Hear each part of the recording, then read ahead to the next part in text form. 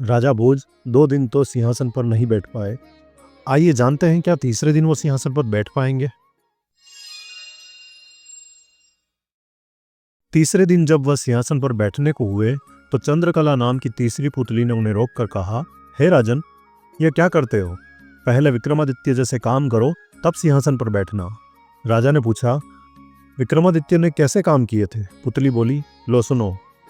एक बार पुरुषार्थ और भाग्य में इस बात पर ठन गई कि कौन बड़ा है।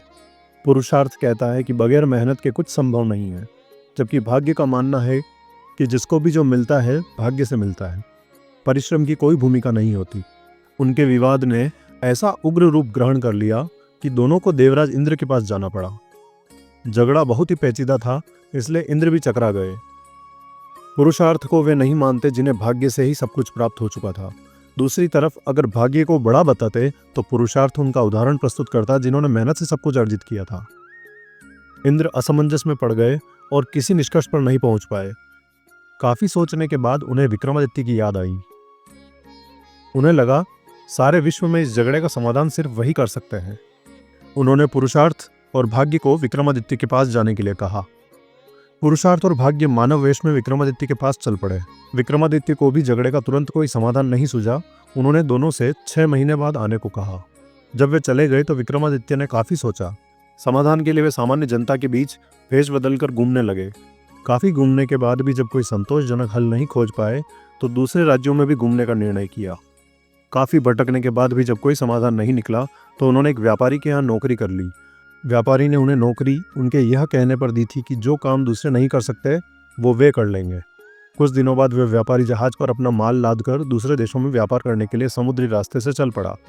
अन्य नौकरों के अलावा उसके साथ विक्रमादित्य भी थे। जहाज कुछ ही दूर गया था कि भयानक तूफान आ गया। जहाज पर सवार लोगों में भय और हताशा की लहर दौड़ गई। किसी तरह जहाज एक टापू के पास आया और वहां लंगर डाल दिया। जब तूफान समाप्त हुआ तो लंगर उठाया जाने लगा, मगर लंगर किसी के उठाए न उठा। अब व्यापारी को याद आया कि विक्रमादित्य ने यह कहकर नौकरी ली थी कि जो कोई न कर सकेगा वो काम वे कर लेंगे। उसने विक्रम से लंगर उठाने को कहा। लंगर उनसे आसानी से उठ गया। लंगर उठते ही जहाज तेज गति से आगे बढ़ गया, लेकिन टापू पर विक्रमादित्य छूट गए। उनकी समझ में नहीं आया कि क्या किया जाए। वे उसी द्वीप पर घूमने फिरने चल पड़े। नगर के द्वार पर एक पट्टिका टंगी थी जिस पर लिखा था कि वहां की राजकुमारी का विवाह पराक्रमी विक्रमादित्य से ही होगा। वे चलते चलते महल तक जा पहुंचे। राजकुमारी उनका परिचय पाकर खुश हुई और दोनों का विवाह हो गया। कुछ समय बाद वे कुछ सेवकों को साथ लेकर अपने राज्य की ओर चल पड़े। रास्ते में विश्राम के लिए जहां डेरा डाला वहीं एक सन्यासी से उनकी भेंट हुई। सन्यासी ने उन्हें एक माला और एक छड़ी दी। उस माला की 2 विशेषताएं थी। उसे पहनने वाला अदृश्य होकर सब कुछ देख सकता था तथा गले में माला रहने पर उसका हर कार्य सिद्ध हो जाता। छड़ी से उसका मालिक सोने से पहले कोई भी आभूषण मांग सकता था। सन्यासी को धन्यवाद देकर विक्रमादित्य अपने राज्य लौटे। एक उद्यान में ठहरकर संग आए सेवकों को वापस भेज दिया तथा अपनी पत्नी को संदेश भिजवाया कि शीघ्र ही वे उसे अपने राज्य बुलवा लेंगे। उद्यान में ही उनकी भेंट एक ब्राह्मण और एक भाट से हुई। वे दोनों काफी समय से उस उद्यान की देखभाल कर रहे थे।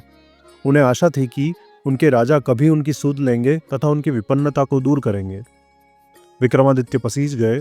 उन्होंने सन्यासी वाली माला भाट को तथा छड़ी ब्राह्मण को दे दी।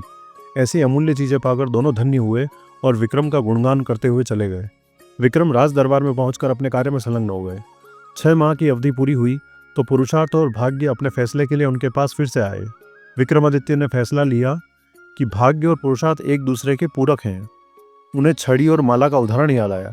जो छड़ी और माला उन्हें भाग्य से सन्यासी से प्राप्त हुई थी, उन्हें ब्राह्मण और भाट ने पुरुषार्थ से प्राप्त किया। पुरुषार्थ और भाग्य पूरी तरह संतुष्ट होकर वहां से चले गए। कहानी सुनाकर पुतली बोली, बोलो राजा, क्या आप में है ऐसा न्यायप्रिय फैसला देने की दक्षता और अमूल्य वस्तुएं दान में देने का हृदय और सामर्थ्य? यदि ऐसा है तो आप सिंहासन पर बैठ सकते हैं। राजा फिर सोच में पड़ गए और तीसरे दिन भी सिंहासन पर नहीं बैठ पाए।